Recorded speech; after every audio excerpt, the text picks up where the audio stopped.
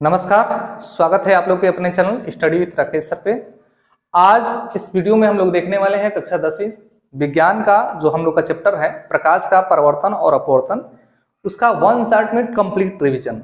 यदि आप इसके पहले पढ़ चुके हैं तो भी आपके लिए सही वीडियो है, क्योंकि आपका इसी बहाने एक तरह से कल रिवीजन हो जाएगा। और नहीं पढ़े हैं तो जो भी मैं पढ़ाऊंगा ये थ्योरी क्लास होगा, इसको ध्यान से देखिएगा। बस आपको केवल देखने की जरूरत है, ठीक है ना। केवल इसको एक बार ध्यान से देखिए, एक ही बार में पूरा चैप्टर आपका कंप्लीट हो जाएगा, ठीक है ना।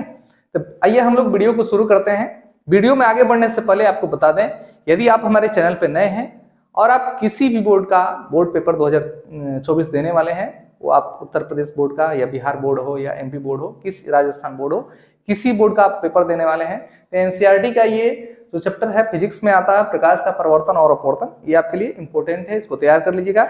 इससे ज्यादा इंपॉर्टेंट और हेडिंग नहीं है इस चैप्टर में, ठीक है ना। तो 1 शॉट रिवीजन शुरू करते हैं हम लोग वीडियो को। आइए देखते हैं। तो इसकी थ्योरी क्लास है और इसको ध्यान से देखिएगा, जो भी उदाहरण और एग्जाम्पल हम बताएंगे उसको ध्यान से समझिएगा। आइए देखते हैं सबसे पहले प्रकाश के बारे में कि प्रकाश क्या है। जब किसी भी विषय वस्तु का या किसी बिंदु का यदि हम शुरुआत करते हैं तो सबसे पहले उसकी भूमिका के बारे में जानना बहुत जरूरी होता है। कहा जाता है कि जो आपका फर्स्ट इंप्रेशन होना चाहिए बहुत बेहतरीन होना चाहिए। नहीं, इस चैप्टर के बारे में आपको खूब बढ़िया तरीके से जानना है कि प्रकाश किसे कहते हैं। अच्छा, एक बात बताइए, ध्यान दीजिए, प्रकाश क्या है। प्रकाश को इंग्लिश में क्या कहते हैं? लाइट कहते हैं। सबसे पहला प्रश्न तो यही है कि प्रकाश है क्या, ठीक है ना। सबसे पहला प्रश्न है कि प्रकाश क्या है। तो देखिए, एक बात ध्यान में रखिए, पूरे सिस्टम में प्रकाश का सबसे यानी पूरे हमारे संसार में प्रकाश का सबसे बड़ा स्रोत तो क्या है? सूर्य। प्रकाश, सबसे पहले इसका उत्तर यह है कि प्रकाश एक प्रकार का क्या है? ऊर्जा। प्रकाश क्या है? तो एक प्रकार का ऊर्जा है। देखिए, सुबह से लेकर शाम तक बहुत सारे ऐसे कार्य जो होते हैं जो सूर्य के प्रकाश से हम लोग करते हैं। जैसे मान लीजिए, सबसे पहला काम हम क्या करते हैं कि हमको दृष्टि ज्ञान प्राप्त होता है, यानी हम किसी वस्तु को देखते हैं। पेड़ पौधे प्रकाश संश्लेषण की क्रिया करते हैं, ये भी है। बहुत ऐसे बहुत क्या कपड़ा सुखाया जाता है प्रकाश की सहायता से। सोलर पैनल के माध्यम से बैटरी चार्ज किया जाता है। प्रकाश की सहायता से हमें विटामिन डी मिलता है। बहुत सारे कार्य प्रकाश से किए जाते हैं। लेकिन कभी आप लोगों ने सोचा है कि जब भी हम प्रकाश का परिभाषा देते हैं तो ये क्यों कहते हैं कि प्रकाश वह ऊर्जा है जिसकी सहायता से हमें दृष्टि ज्ञान प्राप्त होता है। तो देखिए, सबसे बड़ी बात है कि प्रकाश संश्लेषण की क्रिया हो जाए या विटामिन डी मिलना हो जाए या कपड़ा सुखाना हो जाए या जो भी है तमाम प्रक्रियाएं प्रकाश से हम लोग करते हैं, तो इन सभी क्रियाओं में जो महत्वपूर्ण क्रिया है वो है दृष्टि ज्ञान, यानी किसी वस्तु को देखना। अच्छा बताइए, यदि आपको दिखाइए नहीं देगा तो और कौन सा काम करेंगे? या मान लीजिए कि सब कुछ हो और दिखाई ही ना दे तो फिर दिक्कत है। तो इसीलिए कहा जाता है, परिभाषा आप ध्यान से सुनिए। देखिए, प्रकाश वह ऊर्जा है जिसकी सहायता से हमें दृष्टि ज्ञान प्राप्त होता है। चलिए, ये तो हो गई इसकी परिभाषा। अब कभी भी आप फोकस किए, जैसे यहाँ पर इंक आप लोग को दिखाई दे रहा कि हम ब्लू इंक से यहाँ लिख रहे हैं। कभी आपने कल्पना किया है कि ये रंग हमको क्यों दिखाई देते हैं? तो देखिए, होता क्या है आप लोग को मालूम है। जैसे मान लीजिए यहाँ पर हम एक वस्तु मान रहे हैं, है तो ब्लू ये, लेकिन हम मान रहे हैं कि एक वस्तु है जो लाल कलर की है। ध्यान से समझिएगा, एक वस्तु है जो लाल कलर की है, ठीक है ना। सॉरी, अब ये लाल कलर की हमको क्यों दिखाई देती है, ठीक है ना। देखिए, प्रकाश की जो भी किरण इस पर आती है, इसमें दुनिया का कोई ऐसा रंग नहीं है जो सूर्य के प्रकाश में उपस्थित ना हो। दुनिया का हर एक रंग सूर्य के प्रकाश में उपस्थित है। यदि वह रंग नहीं होता तो सोच लीजिए वो कलर आपको दिखाई नहीं देता, ठीक है ना। तो ये सब रंग जो है सूर्य के प्रकाश में मौजूद है। अब देखिए, हम बोले हैं कि ये जो वस्तु हम माने हैं, कल्पना किए हैं, है नीला, तो नीले मत समझ लीजिएगा आप लोग, ठीक है ना। देखिए, दुनिया का प्रत्येक रंग इसमें है। अब देखिए, लाल रंग का भी तो प्रकाश होगा इसमें। तो देखिए, बाकी सभी रंगों को, जो लाल रंग को छोड़ करके बाकी सभी रंग की किरणों को ये जो वस्तु है जो लाल रंग की दिखाई दे रही है वो एब्जॉर्ब कर लेती है, अवशोषित कर लेती है। लेकिन इसमें ये जो प्रकाश की किरण आ रही है, इसमें जो लाल रंग की किरण होती है उसको अवशोषित नहीं कर पाता है, और यही लाल रंग की किरण को परावर्तित कराता है। और जब ये हमारी आंख पर पड़ता है, ये वस्तु जो है हमको कैसी दिखाई देती है? लाल दिखाई देती है। ये होता है लॉजिक, किसी वस्तु को किसी कलर का देखना, ठीक है ना। तो इसके कारण कोई वस्तु जो है हम लोग को लाल या पीला या नीला दिखाई देती है, ठीक है ना। ये तो हो गया प्रकाश की प्रकृति। प्रकाश क्या है? तो प्रकाश एक प्रकार की ऐसी ऊर्जा है जिसकी सहायता से हमें दृश्य ज्ञान प्राप्त होता है, या कहा जाता है कि प्रकाश वह भौतिक साधन है जिसकी सहायता से हम किसी वस्तु को देख सकते हैं। ठीक है ना।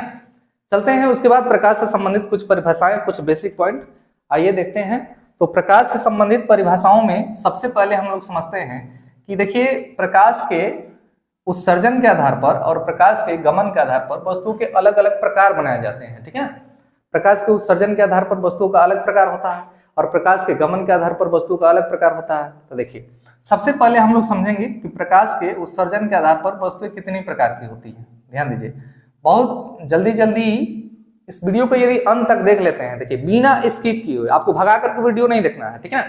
बिना स्किप किए हुए यदि इस वीडियो को लास्ट तक देख लेते हैं तो पूरा ये चैप्टर आपका कंप्लीट रूप से आपके माइंड में छप जाएगा।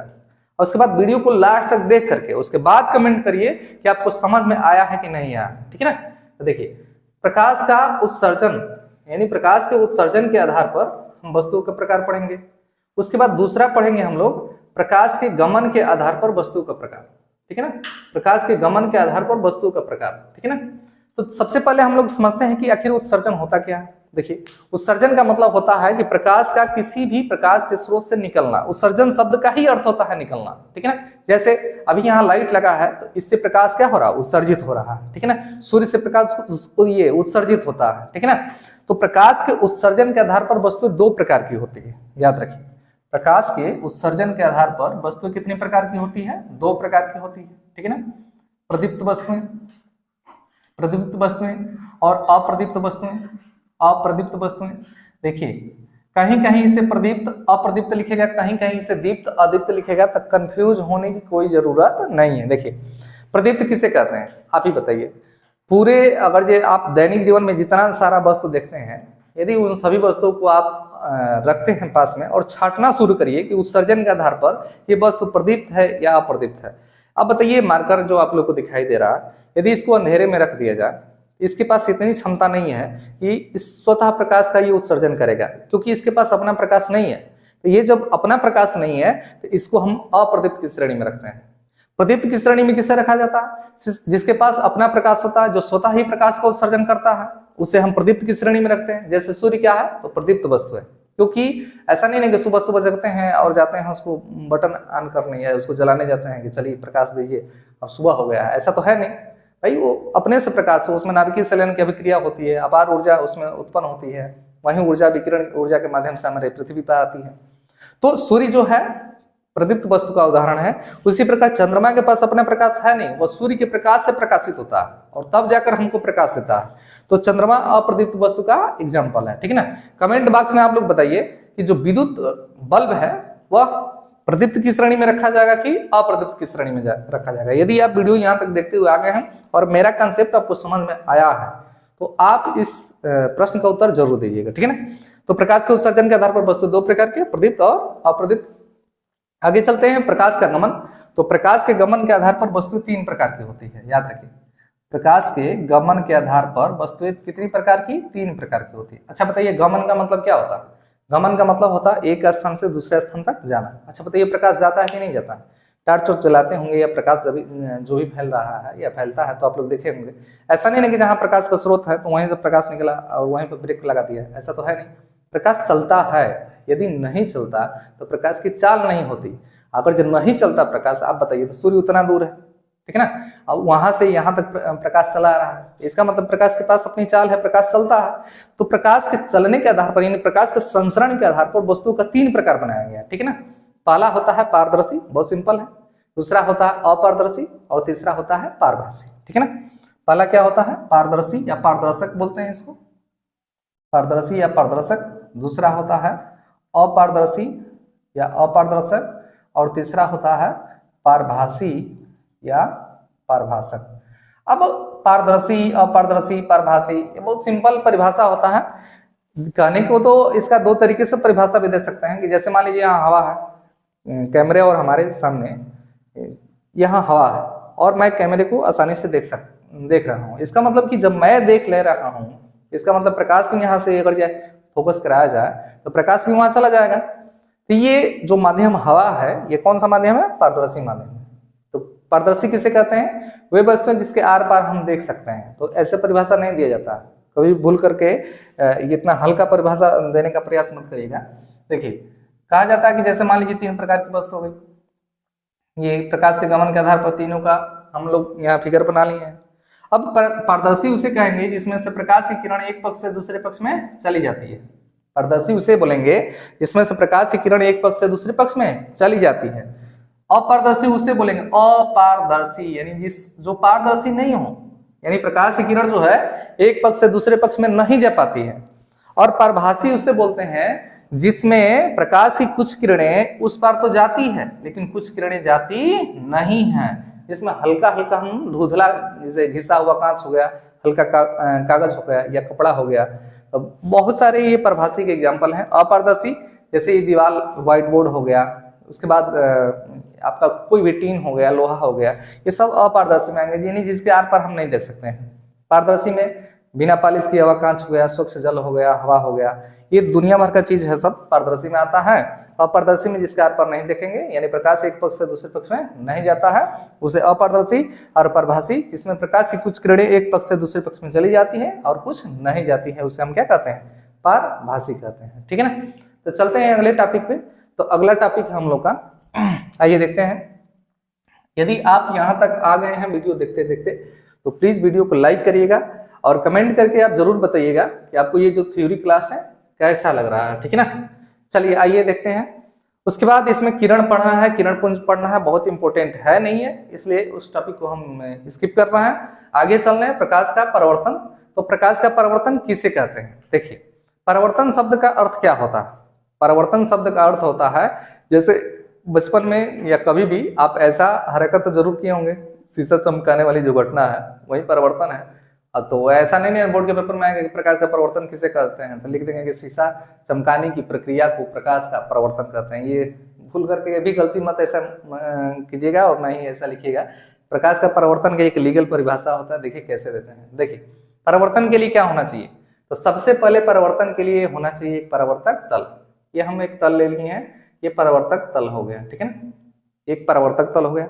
अब एक प्रकाश किरण यहाँ से आई, पुनः टकराई और फिर उसी माध्यम में लौटकर चली गई। एक हो गया परावर्तक तल जिस पर परावर्तन की क्रिया हो रही है, इसको हम लोग बोलते हैं कौन सा तल, परावर्तक तल।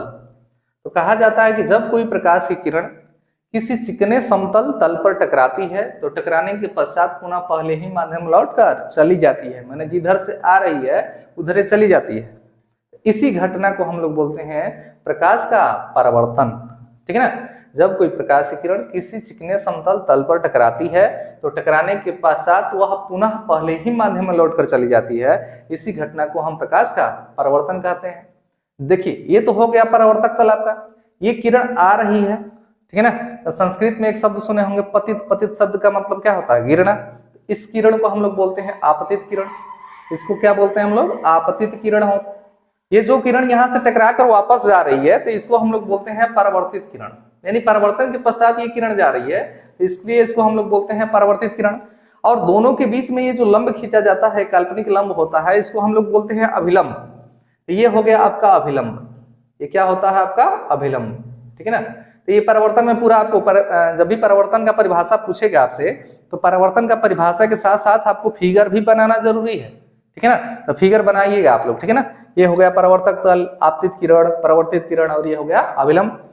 देखिए होता क्या है, आपतित किरण और अभिलंब के बीच बना हुआ कोण कहलाता है आपतन कोण, इसे आई से इंडिकेट करते हैं। परावर्तित किरण और अभिलंब के बीच बना हुआ कोण कहलाता है परावर्तन कोण, इसे आर से इंडिकेट करते हैं। ठीक है ना। चलिए तो ये हो गया आपतन कोण, ये हो गया परावर्तन कोण। कोण आई क्या है, ये है आपतन कोण, ये हो गया आपका आपतन कोण। और कोण आर क्या है आपका, तो ये है आपका परावर्तन कोण, ये हो गया आपका परावर्तन कोण। अब देखिए तो हो गया प्रकाश का परावर्तन। एक बार इसका परिभाषा बता रहे हैं। जब कोई प्रकाश की किरण किसी समतल चिकने तल से टकराती है तो टकराने के पश्चात पुनः पहले ही माध्यम में लौटकर चली जाती है। ये जो किरण आती है समतल तल पर टकरा रही है, यही परावर्तक तल पर जो टकरा रही है उसको बोलते हैं आपतित किरण। टकराने के बाद जो जा रही है परावर्तित किरण। दोनों के बीच में खींचा गया काल्पनिक लंब अभिलंब। आपतित किरण और अभिलंब के बीच बना हुआ कोण आपतन कोण, परावर्तित किरण और अभिलंब के बीच बना हुआ कोण परावर्तन कोण होता है। ये सारा चीज है प्रकाश के परावर्तन में। अब परावर्तन का नियम, मोस्ट इंपोर्टेंट हेडिंग याद रखिएगा बोर्ड एग्जाम 2024 के लिए।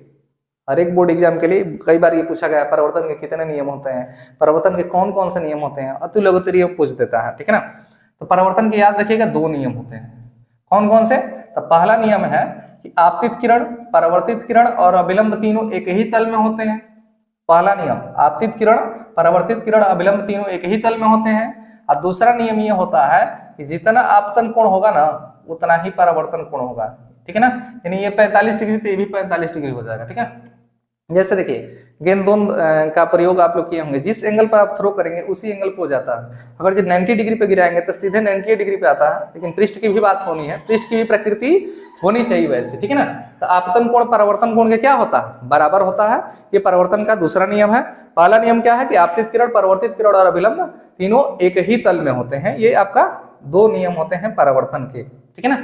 तो चलिए आगे चलते हैं अगले टॉपिक पे। अगला टॉपिक है हम लोग का गोलीय दर्पण, और गोलीय दर्पण से संबंधित न्यूमेरिकल भी पूछे जाते हैं, इनसे संबंधित परिभाषा भी पूछा जाता है, प्रतिबिंब की प्रकृति भी पूछी जाती है।